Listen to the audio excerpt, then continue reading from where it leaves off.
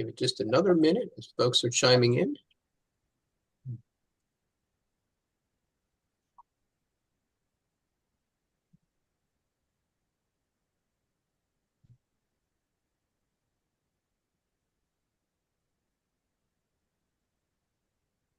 No one else in the waiting room just yet, but I'll go ahead and let them in as they log on. Yeah, sounds good. Well, welcome everybody. My name's Greg Smith. I'm Executive Director here at the Florida Literacy Coalition. We're so pleased that you're able to join us today for our webinar on reading comprehension. This is a topic that I know comes up with some frequency for folks who are helping adult learners learn to read, and that comprehension piece is really so important. And we're very fortunate to have Harold Gertner with us today. Some of you know Harold. He's presented for us on a number of occasions. He's the instructional specialist at Santa Fe College, and really look forward to having his session. If you have any questions throughout, please go ahead and include them in the chat. We'll also open the mics a little bit later if you prefer to ask your questions in person. That's fine too, whatever your preference is. You know, Harold's very interactive with his sessions, so hope you enjoy. I do want to thank the Florida Department of Education for their support in making this session and many of our sessions here in terms of our professional development opportunities available here at the Florida Literacy Coalition. So with that, I'll go ahead and turn it over to you, Harold. All right, great. Yes, thanks for having me, Greg, and thanks for the lovely introduction. And welcome everybody today to the webinar, The 5 Ps of Reading Comprehension. And yeah, let's get right into it. So, like Greg said, please feel free to add any questions to the chat bar as we're working through the webinar today. There'll be a few points throughout the presentation where I'll ask for you to actively respond to the chat bar, but feel free at any time to include questions or anything in there you have regardless. And then at the end, we'll have a little more time for some open questions as well for anything that's remaining. But basically, the agenda for today, we'll have just a brief introduction of who I am, and again, thank you for having me. And then we'll talk a little bit about active reading in general as a real tool for reading comprehension and engagement. And then we'll talk about the 5 Ps of active reading, a tool essentially to practice active reading. And then we'll practice with those a little bit and have a quick summary and some final questions. So a pretty straightforward path through the webinar today, right? So again, thanks for having me. My name's Harold Gertner, and I work at Santa Fe College. And there's my office and address if you'd like to send me a postcard or something.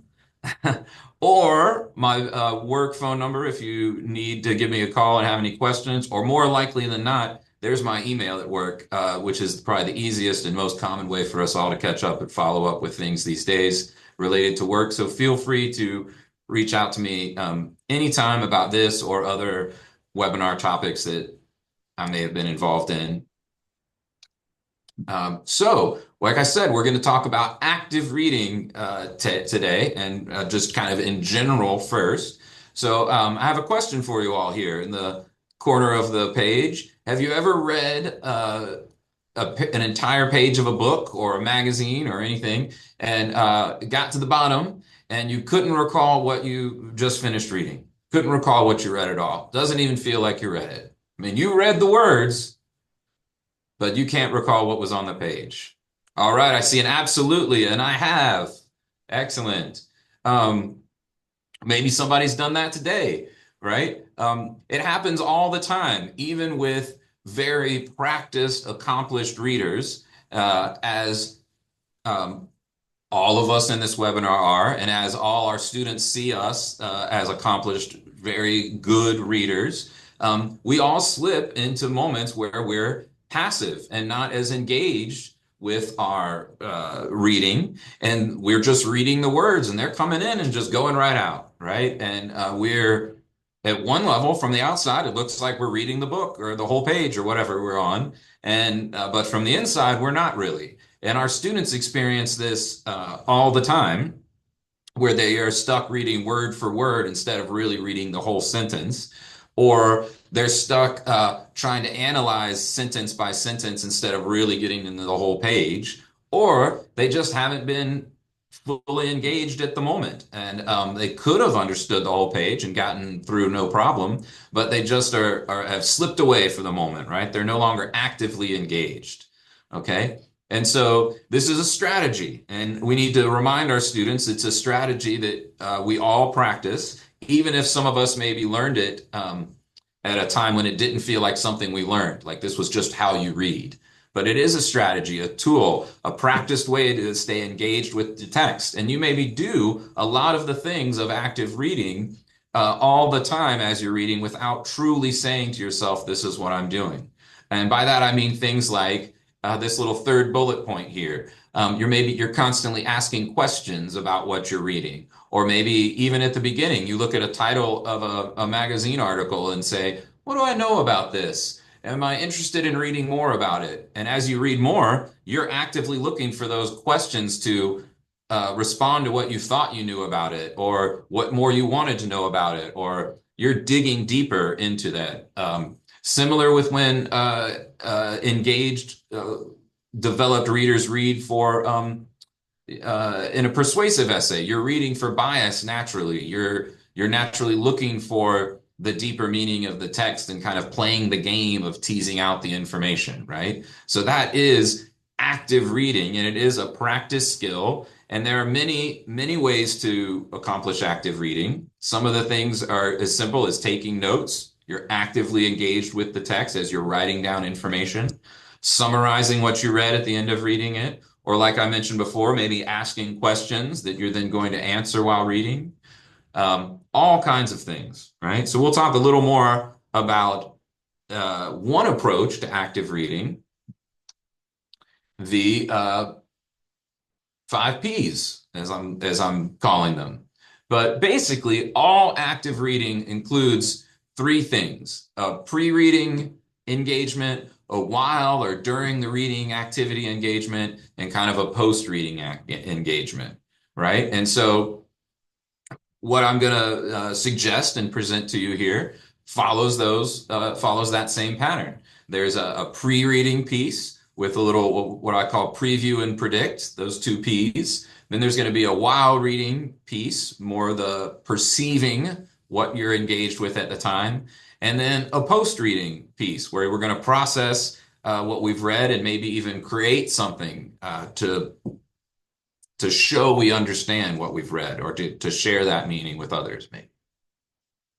Okay. And so what are we talking about here? What are these 5 Ps that I've come up with? Well, we're looking at preview, predict, perceive, process, and produce. So preview, just like it sounds. What's an overview of the topic? What do you know about the topic? What's related to the topic?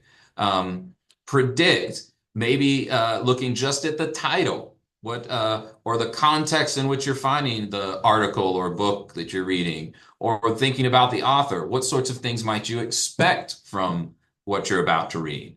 Then while reading, we're going to perceive or practice close reading skills.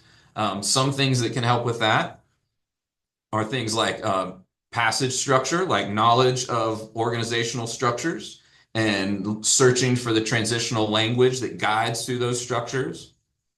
And that's a great way to kind of dig deep into what's in front of you there. After that, and we've kind of perceived, we've answered our questions, or we found out that our questions weren't quite what we thought, and we learned something new, or we thought we knew about this topic or a related topic, but actually this topic is quite different. We're going to process that and ask, how does that piece together? Reflect on those earlier predictions. Were your predictions correct or incorrect? Did you learn any new knowledge about the topic? Did you learn any new vocabulary? Okay. And then we're going to create some sort of thing to produce, to show what we've learned, or to share our knowledge, or to analyze what we've learned a little more. And in many cases, this may just be a short paragraph to get in that habit of writing a main idea and most important details.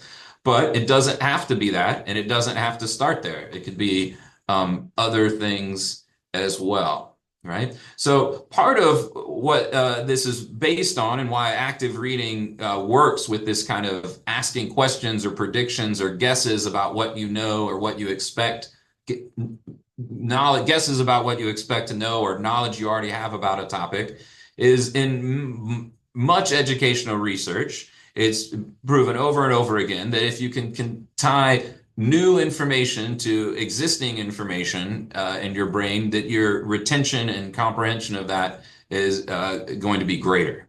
And even if that is, I think, one thing about this topic, but as I read, I learned something different.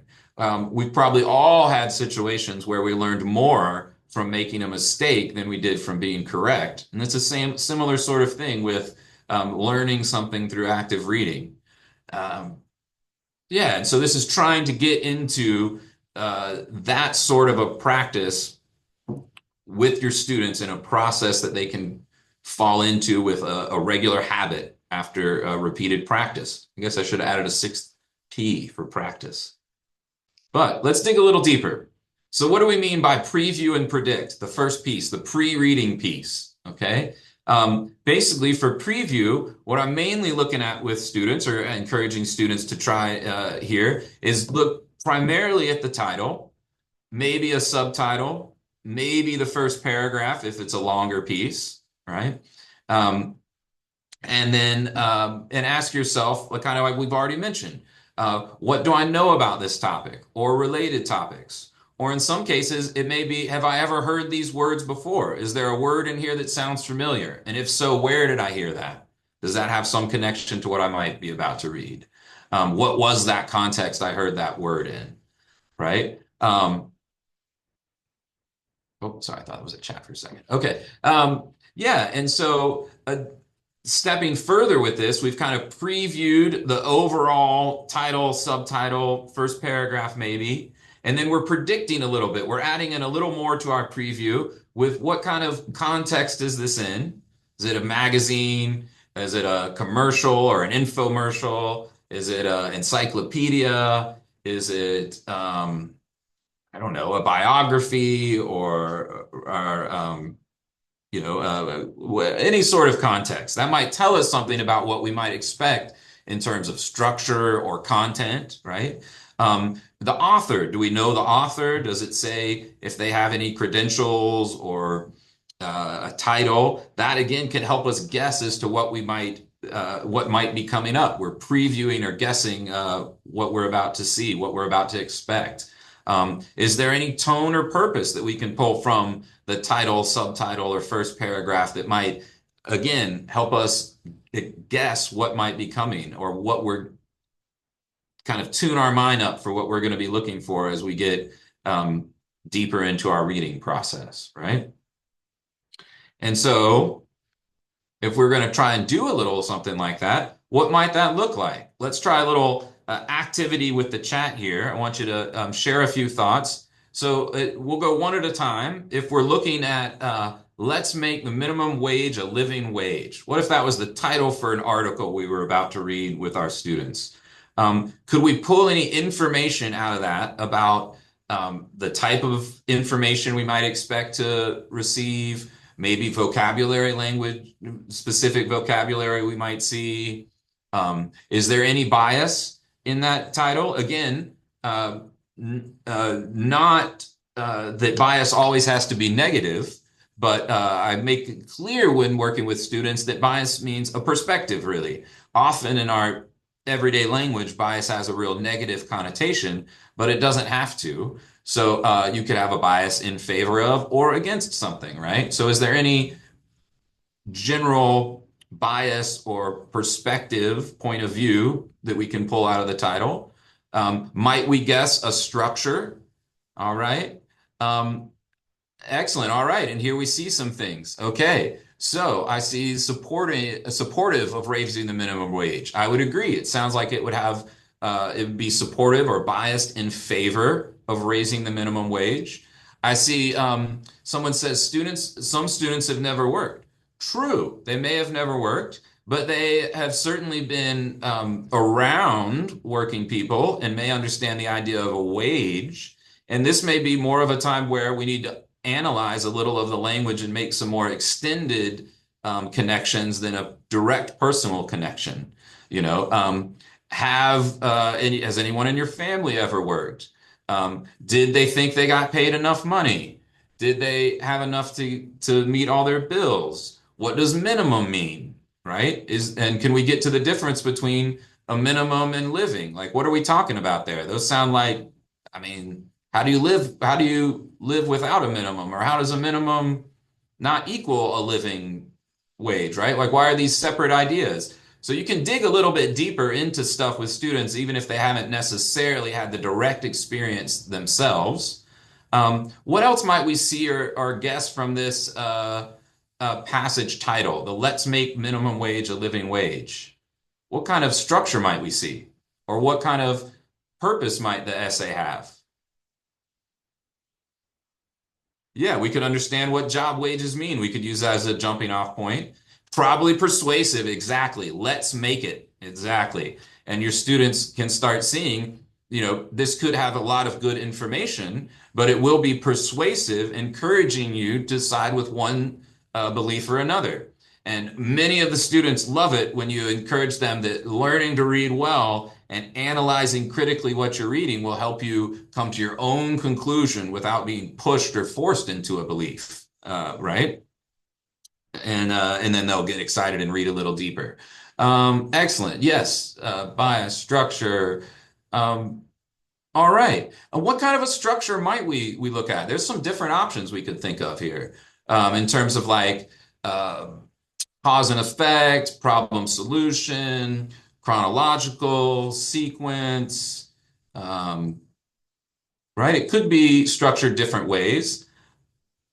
There you go. I see that's probably the most obvious structure would be probably a problem solution thing. Here's the problem. We need to change this and solve it. Let's do it together.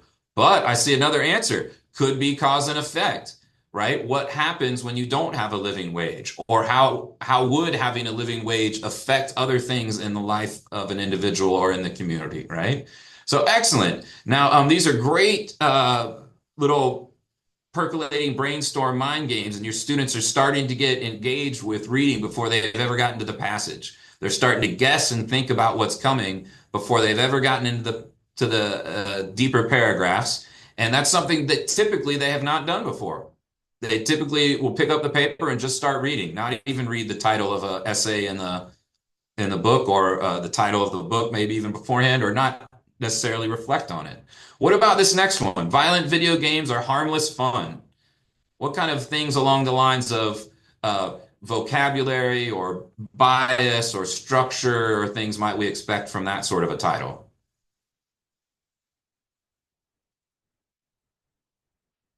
All right, maybe y'all are chat typed out. Another persuasive, probably so, right? Vocabulary, a lot of comparison vocabulary. Excellent. And that's a good time to talk about transitional language that goes with each of these different structure types. Dismissive, okay? There's a bias for sure.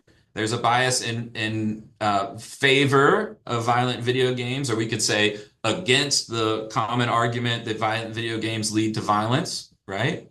Cause and effect, probably. Going to be some cause and effect. That's a typical argument we've heard before in that environment. Excellent. And the bias indicates a position, exactly, which is a nice way of saying that, and something I try to express to the students, not necessarily always a negative position, but a position. And if you're more aware of that as you read, you're going to say, what am I reading that this person thinks makes violent video games harmless fun? What are their pieces of evidence and points? And then you're all of a sudden deeper engaged as you try and figure out why do they have this bias of this attitude? And of course, they probably want me to agree with it, although it's not as clearly persuasive as let's make the minimum wage a living wage, which really is a call to action in the title, right? All right, moving on. How about Lewis and Clark? A timeline. Yes, okay. I see a little, we'll get even deeper into the connotations of the individual words in the title can be a great lesson for students too. Excellent there with harmless fun used in a positive way. Right. How about Lewis and Clark? Little different. Lewis and Clark, a timeline of extraordinary expedition. Ah, there's some bias. Excellent. Grabbing on that extraordinary as a real value judgment word, right? And those often lead to opinion articles and bias. Good job. But also, sequence of events probably tends to lead, this lends to some history lessons. Exactly. So we would imagine it's probably a sequence of events or chronological. Exactly. So remember, a sequence technically is when these things have to happen in this order to reach the end result, right? But it doesn't really matter when we start the time, right? Like a recipe, we just got to make sure we go through it. Versus chronological really is time ordered. Not sure if history or myth. Ah, interesting. Maybe because the extraordinary expedition piece, the extraordinary piece. But yeah, in general, this is probably going to be more of a historical context, more of less biased information, more factual. I agree the extraordinary word in there gives us a little bit of bias. They're going to think there's something big and important about this, right? But yeah, all right, excellent. So y'all are getting the idea of how this is going, and we made a few predictions of some of the things we might see in terms of a structure. Um, we could predict some language as well, and all that will kind of depend on in terms of vocabulary. Some of that will depend on the knowledge the students have about a topic, like Lewis and Clark. If nobody in the class knows anything about Lewis and Clark, it might be difficult to come up with vocabulary like, I don't know, why am I drawing a blank right now? Anyhow, yeah, background knowledge would be needed. It makes it better and helpful to predict things, but you can make some predictions already before you have that knowledge. Like, oh, it's Lewis and Clark. They must have gone on some journey, adventure, expedition. They didn't just go on a car ride somewhere. So it was probably in the past. And you can kind of help you might not be able to have students that'll come up with manifest destiny, but we could still talk about if you tell them, oh, they were exploring the United States, the Western United States, they might come up with the idea that there were conflicts with Native Americans, or that there was a lot of wilderness, or that there were buffalo, or surface level experience. And then on some of the other topics, it may be more personal experiences to connect to. Sometimes on things like Lewis and Clark, the personal experience might be, oh, I remember reading about them one time long ago. I don't remember exactly what they did though. Well, at least we got started. That's fine. That's a step in the right direction, right? They're a little connected to it. There's some little grain of memory in there. Okay. So as we move on, we'll try and perceive. So this is going to be really more connecting during the reading process. And really, you're searching for answers to your questions. And while you're doing that, hopefully that's increasing your engagement because you're not just passively going through the words, you're actively searching for those answers that you're wondering about, or you're actively searching for vocabulary that you guessed you might see, or synonyms with it, or um, people you might expect. For example, in a class I had this morning, we did a little piece with this, and it was talking, it was well, here's a great example. I should add this in here. A great way to practice this on a daily basis is with using history.com's This Day in History activity. It's activity, things that happened on this day in history. And so each day it's automatically rotating through. You can have the students help choose a topic that's interesting to them, or you can guide them towards something that's particularly important to maybe GED preparation or some civics preparation or whatever they're working on. And then you can do a little bit of some guessing from the title. What might you expect in this passage? And then some close reading once you're in deeper into the passage. So today we had, well, we did two today. Which one? Well, we had something about the Electoral College. And the students didn't, a few students knew a little something, and one of them, and they said, oh, it has to do with elections. Yes. And then one of them said, it's different from everybody voting. Okay, yeah, excellent. Not everybody's vote is counted in terms of what they were trying to say was the popular vote, right? And so we got a little bit deeper into some of that language. And then as we're reading through, we're looking for the answers to our questions. Okay, was this one of the times when they lost the popular vote but won the electoral college? Or are they going to tell me that what this electoral college thing is? Because I think it is universities and colleges across the country. Like one of our students asked that, right? But as we got deeper and we're looking for those things, we started to learn more about what's in front of us, right? So we had questions and expectations, and then we were dug deeper in looking for them. If you have knowledge of the structures, in terms of like a compare contrast or a cause and effect, as you're reading, if that's the structure you guessed, you're going to be looking for transitional language that confirms that and also kind of guides you through the passage and to some of the most important information. So often I remind students that once you see a transitional word, after it's probably a good piece of information, blah, blah, blah, blah, blah, blah, blah. However, da, da, da, da. Well, that however, da, da, da, da is something pretty important and in contrast to whatever was before. So it's probably worth writing down. Otherwise, they wouldn't have taken the time for a nice, clear transitional phrase to lead into it, right?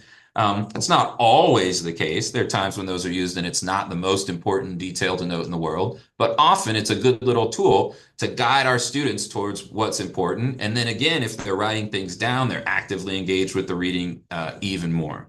So just some things to do while we're reading to build on that preview piece, right? The preview and and now we're at perceive. And then if we were going to practice that a little bit, let's dig a little bit deeper in here. So let's see what we got from in terms of some of the questions or expectations we had and some of the passage structure we might have guessed. So let's make the minimum wage a living wage.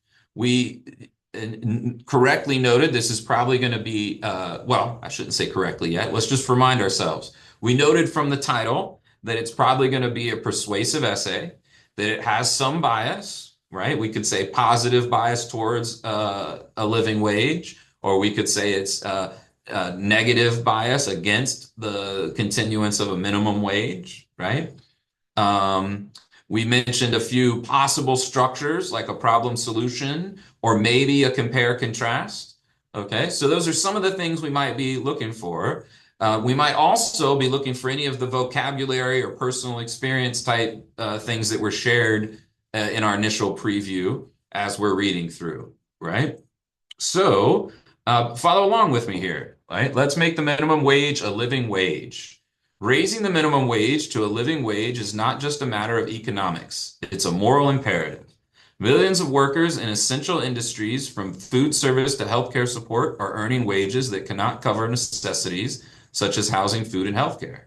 As a result, many have to, looks like we lost something there, work multiple jobs, sacrifice time with family, and still struggle to make ends meet. By adjusting the minimum wage to reflect the actual cost of living, society can ensure that full-time workers are not living in poverty. A living wage promotes dignity, reduces reliance on government assistance, and strengthens the economy by increasing consumer spending and reducing employee turnover. In summary, it's time to bridge the gap between survival and stability and making the minimum wage a living wage is a crucial step toward economic justice and fairness. Okay, so did we get anything from our preview? Did we find any answers to any of our questions or any vocabulary, or did we confirm the pattern organization or structure? Can anybody see any maybe transitional language that helped us confirm some of those things? So it's clearly persuasive, as we guessed, right? And often with students, what I'll do is we'll guess from our title, and then we'll read the first word, the first sentence, or the first short paragraph and see if we're correct. Because usually the author will come out and say, yeah, this is what I'm persuading you for right away. Raising the minimum wage to a living wage is not just a matter of economics, it's a moral imperative. I'm persuading you to do this with me. You should, right? And then as we continue on, we do see some cause and effect, right? Millions of workers are in this situation. As a result, many have to work multiple jobs. Excellent. Now here's a place where we can, I like that from the chat bar here. I didn't even get there. You're right. The article is one-sided. It only provides one point of view. So in that way, it's persuasive, but we would say it's lacking from any sort of counter argument, right? And so it's less persuasive than it could be. Many of our students understand that idea of a counter argument, especially once you play it out in a real life scenario and say, hey, y'all use this all the time. You just don't use it in a formal writing way or aren't used to it in confronting it in that way. Hey,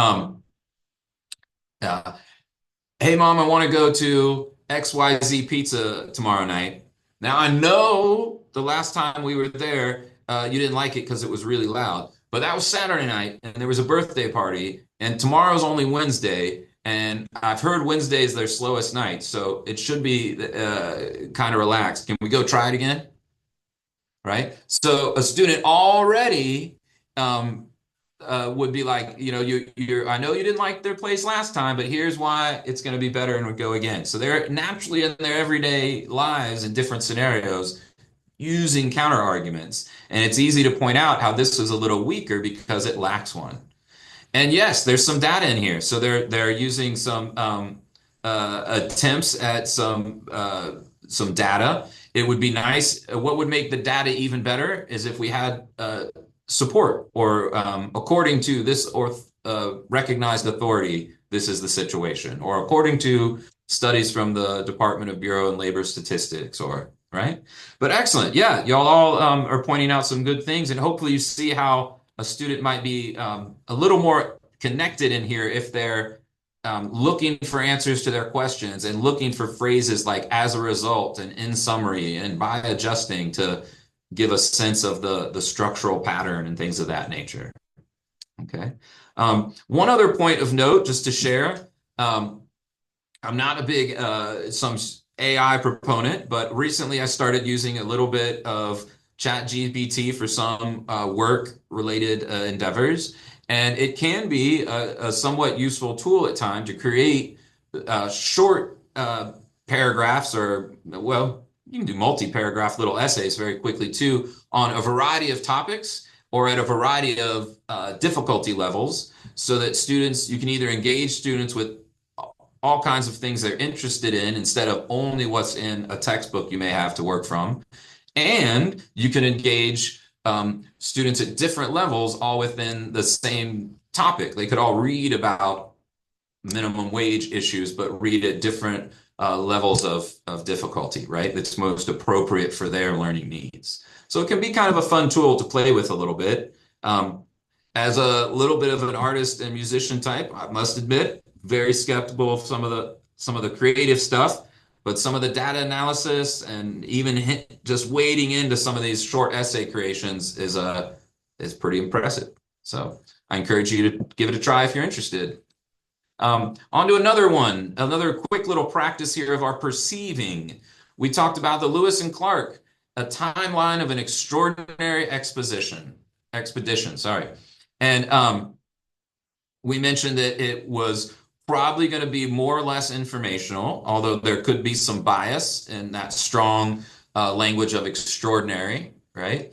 But it would probably be chronological, follow some sort of timeline, as it notes in the title, a timeline of, right?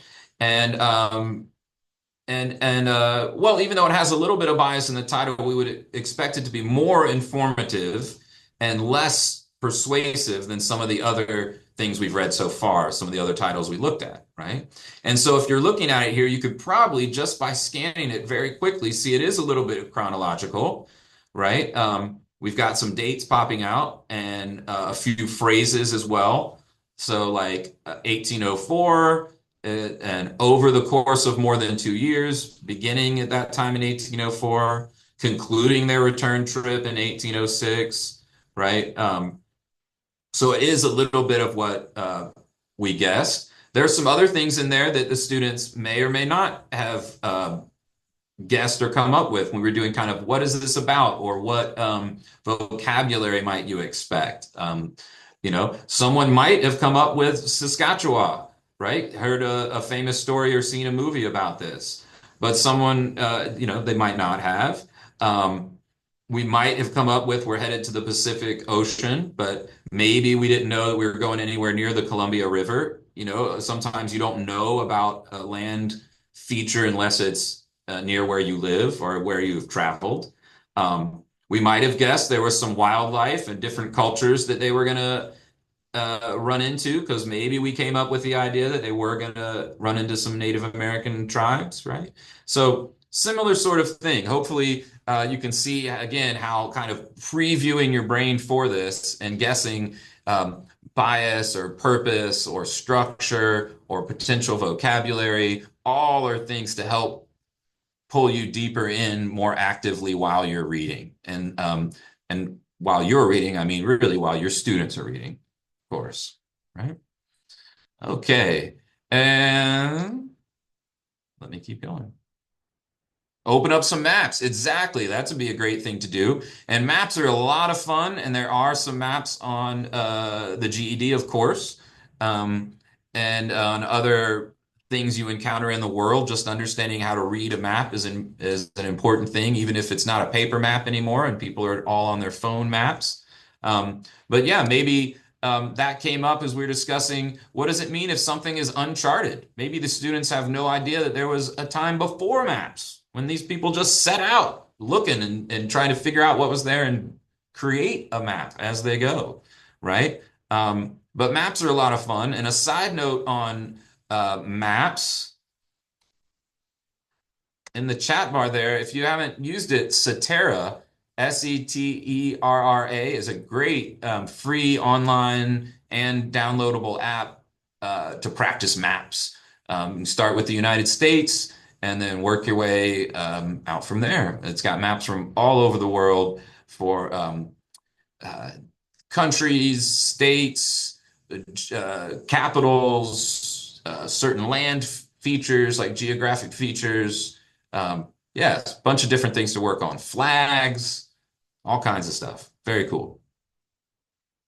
All right, moving on. So process. So just because we've read something, our active reading doesn't end at the bottom of the page or the end of the article or the end of the book, right?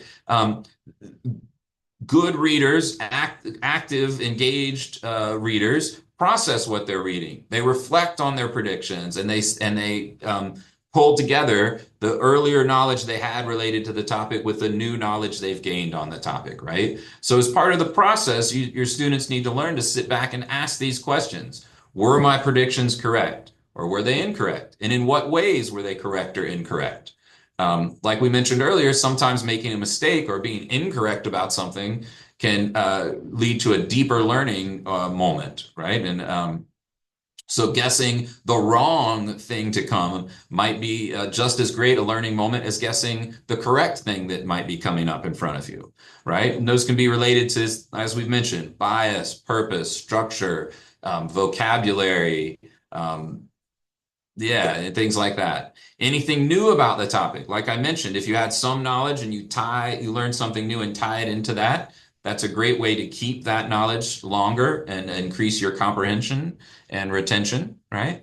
And again, same with vocabulary. What was the new vocabulary you learned? You may have figured it out in the context while reading. Maybe now's a good time at the end to look up a formal definition and see how closely it matches to your definition figured from the context. Yeah, and things of that nature, okay? Then, after processing, another piece of the ending is the kind of the post-reading piece is to produce, to create something, to essentially share that knowledge in a way. again, even if it's just with yourself, many of y'all know if you read something and then try and make notes while you're reading and then try and summarize your notes at the end, all of that knowledge sinks in much more deeply and it's easier to retain than if you simply read it without making notes or summarizing. And yes, graphic organizers can be a great tool for this type of thing. There's a lot of different graphic organizers you can use to produce stuff. In fact, a real good active learning graphic organizer that is a KWL, right? What do you know? What do you want to know? What did you learn? Very similar to the process we're talking through here, right? For many of your students, a great activity or a regular activity, probably the most important in some ways, is to get in the habit of writing a short summary, right? A main idea and most important details. Graphic organizers are great for kind of organizing and collecting those thoughts, but pulling them together in a few short sentences is difficult and something that has to be practiced over and over again, right? But of course, that doesn't have to be all we do. And I see some other things coming in here at the time about analyzing two articles side by side. Absolutely. Definitely something for, and that's, you're describing the extended response on the GED there and something to work up to after doing a single piece at a time. But absolutely, it's a great way to compare and contrast those two articles with these kinds of tools. Or looking at the 5 W's and the H, right? You're the journalist, the who, what, when, where, why, and how. A good, again, way to go about producing something. A couple of other things I may have mentioned here before, and in this little side note here, build a quiz. Sometimes your students can work through a material and then build a quiz to either give each other or to give maybe half the class builds one quiz, half the class builds another one, and they give them to each other. Or maybe they don't even take the quiz, they just build it. What's the most important information to ask and how do I ask it? Or the most yeah, it's a difficult sort of thing for students at first. How would we ask these questions to prove we understand what we read? Another one that we've talked around but haven't said exactly, a side-by-side list of expected versus discovered vocabulary or known versus unknown vocabulary, right? I expect to see some of these words, but I found these other ones that are actually synonyms for it.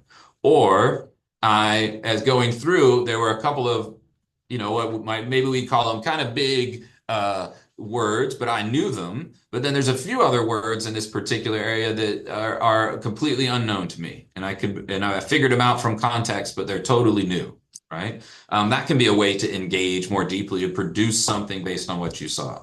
But then many of y'all already mentioned things like infographics, charts, diagrams, mind maps can be fun to connect ideas, right? There's some great online places you can do things of that. I saw some people mention Canva for creating something, even using PowerPoint for a simple presentation about what someone just read. It can be another way to pull in some digital literacy while also creating a product, right?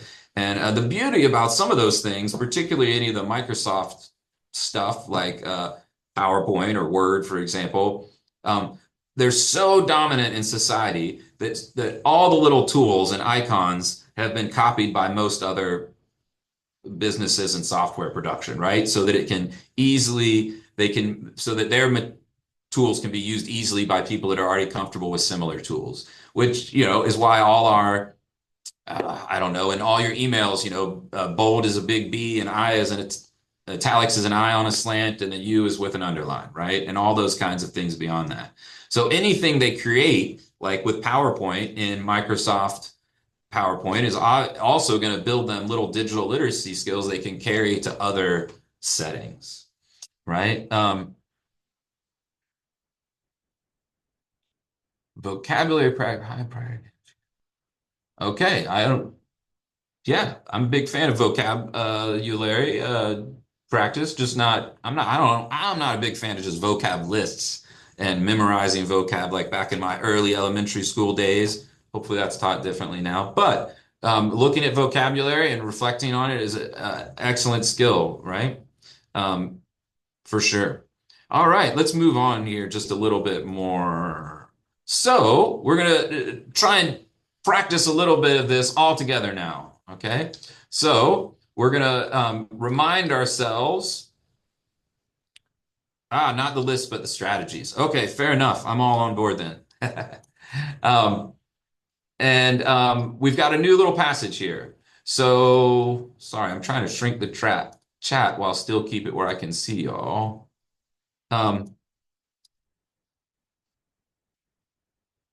Okay, anyhow. All right, so we've got a new passage, the transformative impact of technology on education. All right, so let's do a little preview in the chat. What kinds of things might we expect from this title? Any prediction of language or purpose? Is it to inform, to persuade, to entertain? Is there any bias or structure? That sort of thing. Or do you know something you might be interested in knowing something else? How to use tech all right. So it might be a how-to thing. It might be informative. Excellent. Yeah, there's a little bit of bias. There might be a little bit of persuasion in it. We're not 100% sure, but they definitely think it's a positive thing, technology and education, because it has a transformative impact, right? Excellent. Any idea about the kind of structure we might see?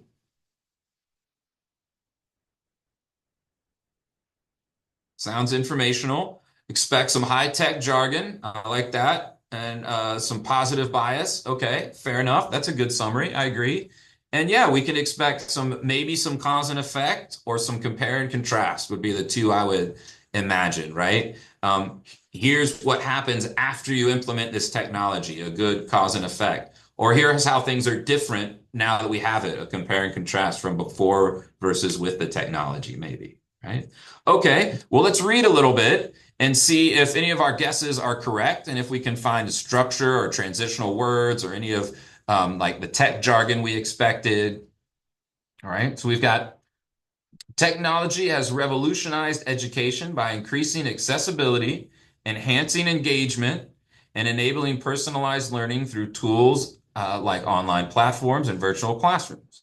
As such, these innovations have broken down barriers, allowing learners worldwide to access quality resources and instruction. However, challenges such as the digital divide and the risk of over-reliance on technology highlight the need for equitable access and balanced integration. To fully harness its benefits, technology and education must be thoughtfully implemented and supported with proper training for both educators and students. Okay, excellent. And just as I started reading, I saw engaging pop up on the list, and I hit the word just moments later. Enhancing engagement. That's one of the things they're always worried about with technology and teaching, right? Can we increase engagement by use of this technology? And you're right, it could have been a problem solution. The problem is not enough engagement. The solution is the technology or something of that nature. What did we actually get?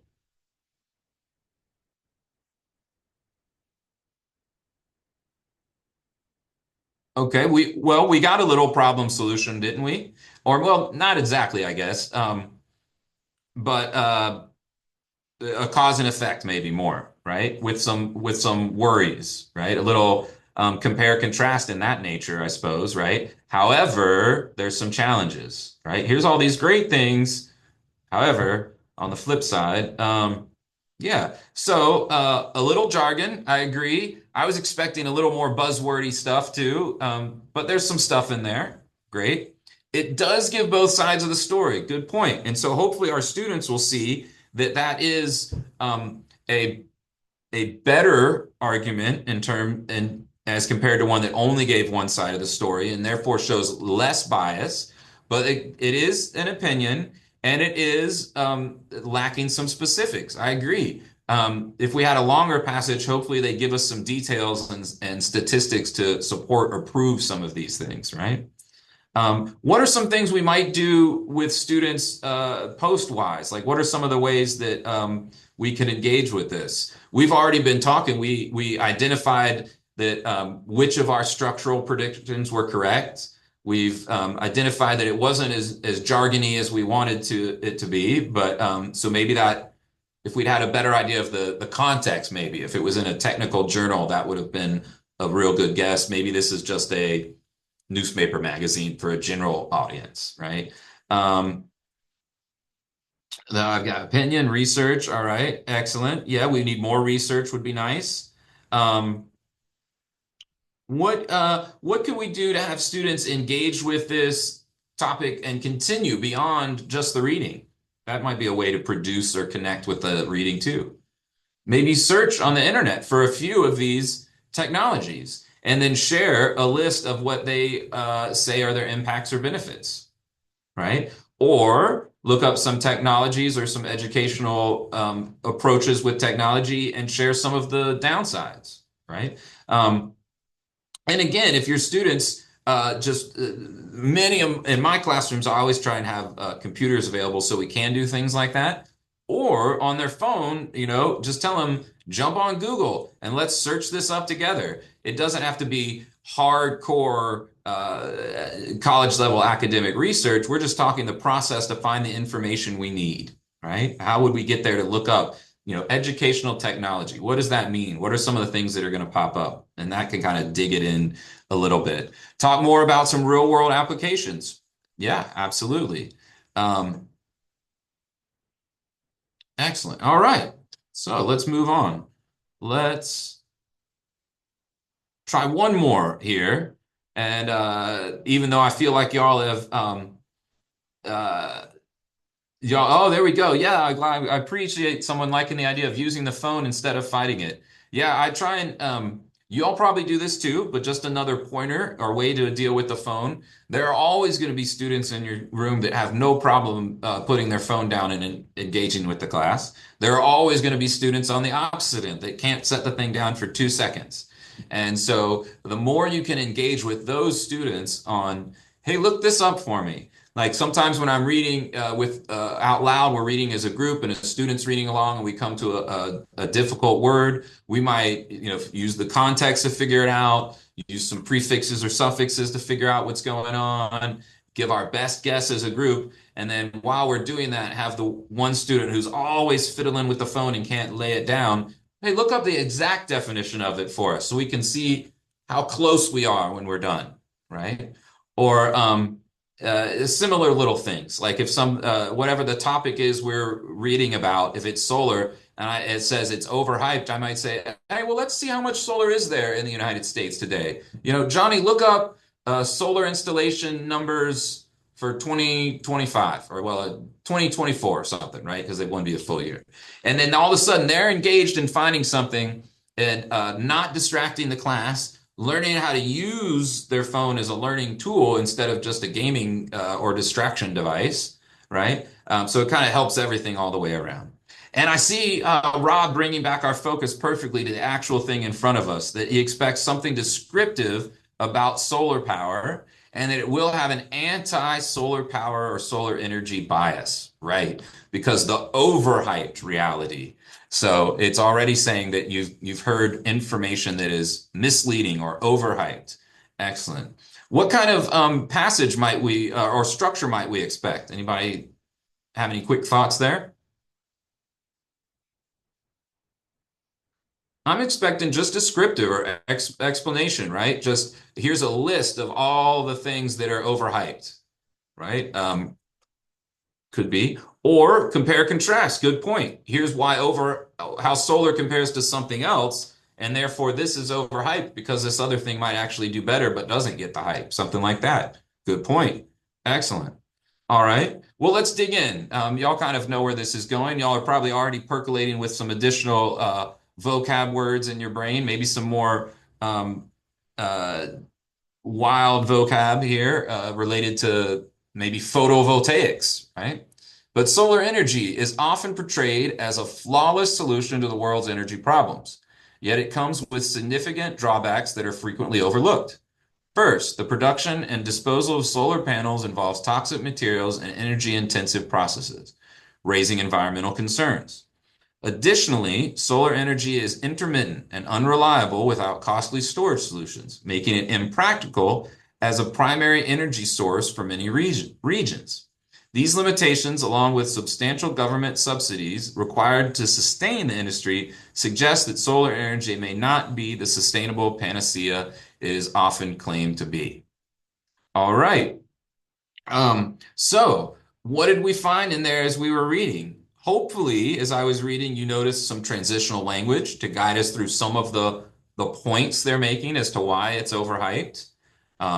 We did get just kind of a list without that compare contrast possibility. Um, oh, yes, you will receive copies of the recording, or it will be loaded up on YouTube later, and I think you'll receive a copy of the PowerPoints too. Um, Anyhow, back to what I was saying. One other moment. Oh, we might have a vocab question as well, right? What's panacea? That's a great big word on there that maybe is, probably unfamiliar to most of our students. It tends to come in a more academic setting, right? Um, and so that would be a good that we're doing that kind of vocab split. There would be a good opportunity there. Um, yeah. How about what do you think we might want to do beyond this? What would be a post activity? What we can confirm whether our predictions were correct or not. We've kind of already talked through a few of those. We can confirm we found some transitional phrases to guide what we thought we were going to see. What else might we do to connect or produce something to connect with this material? Excellent. That's exactly what I was thinking, actually, Nori, because someone pointed earlier how it's critical, right? Well, let's look at the areas and provide a counterpoint. There's no counter argument here. Let's look at those critical areas and find out how accurate this is, or how big a concern this is. Or maybe a compare contrast, like I believe it was Rob suggested earlier, looking at the materials and environmental degradation related to these types of materials versus the materials and environmental troubles and impacts from another resource, right? Or sometimes, depending on the topic in the article, students can imagine, well, if I disagree with this opinion, how would I create an argument against it? Or if I agree with this opinion, how would I make this argument better? What's it lacking? Right? So those are other ways you can approach it as well. And again, those lead back to that extended response practice for those of you that are helping students prepare for the GED, analyzing argument and saying how it could be better. You could do fossil fuel energy. You could do compared to coal or like a mountaintop removal process, or you could compare it to hydroelectric energy for another renewable energy, right? Dams are great, but they do have environmental impact and such. So there's a clear comparison there. Same with wind power if you wanted to. Um, throw nuclear in the mix or natural gas. There's different. You can research things to do all these for sure. A variety of options. Excellent. And something we touched on, but didn't really consider in these because they were all just kind of generated for the activity, but considering the source, the author, their credibility, the publication something's coming from, those all help you analyze and think critically about what is in front of you, of course, right? And that's part of why identifying any bias, whether positive or negative, whether in line with your beliefs or against them, is important as well for engaging deeply with the writing and understanding what's in front of you. All right, good stuff. So just a quick summary, right? The 5 Ps: preview, predict, perceive, process, and produce. So this is just a little phrase to help you and your students remember these pieces, okay? But really, you just need to remember that all active reading skills include a pre, a during or while you're reading, and a post-reading engagement. And you need to come up with a way that works best for you or your students. There's no right thing or wrong thing. It's more of an engagement of all of these types of skills to connect more deeply, all right? And in many ways, I believe that teaching this type of active engagement for reading and combined with critical thinking skills and the ability to question is some of the most important stuff we'll ever teach our students because it'll carry them so far through any, work, life, schooling situation they may encounter. I hope you saw in the chat that there's a place for you to share some feedback. survey, please fill that out. And Stephanie just popped it in there one more time.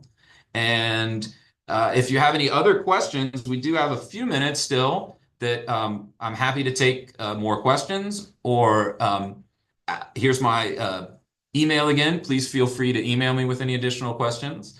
But thank you all for your participation today and all the great feedback and ideas. Y'all are all doing great. Sounds like you're on the right track. But thank you for tuning in.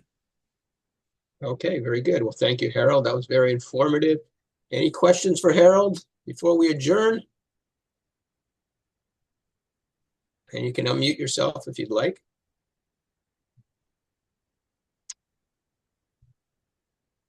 All right, we must have covered it all. Well, you got one question here from Oh, Nellie. there is. I didn't see. Yep. Sorry. Oh, I see a math teacher. Oh, so this is good for math too. I shouldn't have left that out. I teach math as well, and I think active reading for word problems is an essential skill, and that word problems should be taught as a reading skill in and of themselves instead of just a tag on to whatever computational thing you're teaching, especially with GED preparation, because so much of the math test is word problems where they're allowed a calculator and a formula sheet. So they're really testing more how closely they can read and critically think about the steps they need to do more than can they do those steps without a tool, right? You don't really, I mean, for a small section, you don't get the calculator, but how to multiply 3.2 and 0.25 is not as important as if you could figure out that's what you needed to do and then do it. So the reading is very important for math skills as well. Absolutely. Thanks for that comment. Okay, well, I think that's it in terms of questions. So yes, please take a few minutes to complete our session evaluations. Stephanie posted it a few minutes ago, and I just reposted it in case you missed that. There's only a few questions there, and your feedback's very important. So thank you, Harold. Really appreciate it, and thanks all of you for attending this afternoon. Yeah, thanks y'all again. Okay, take Have a care. great day.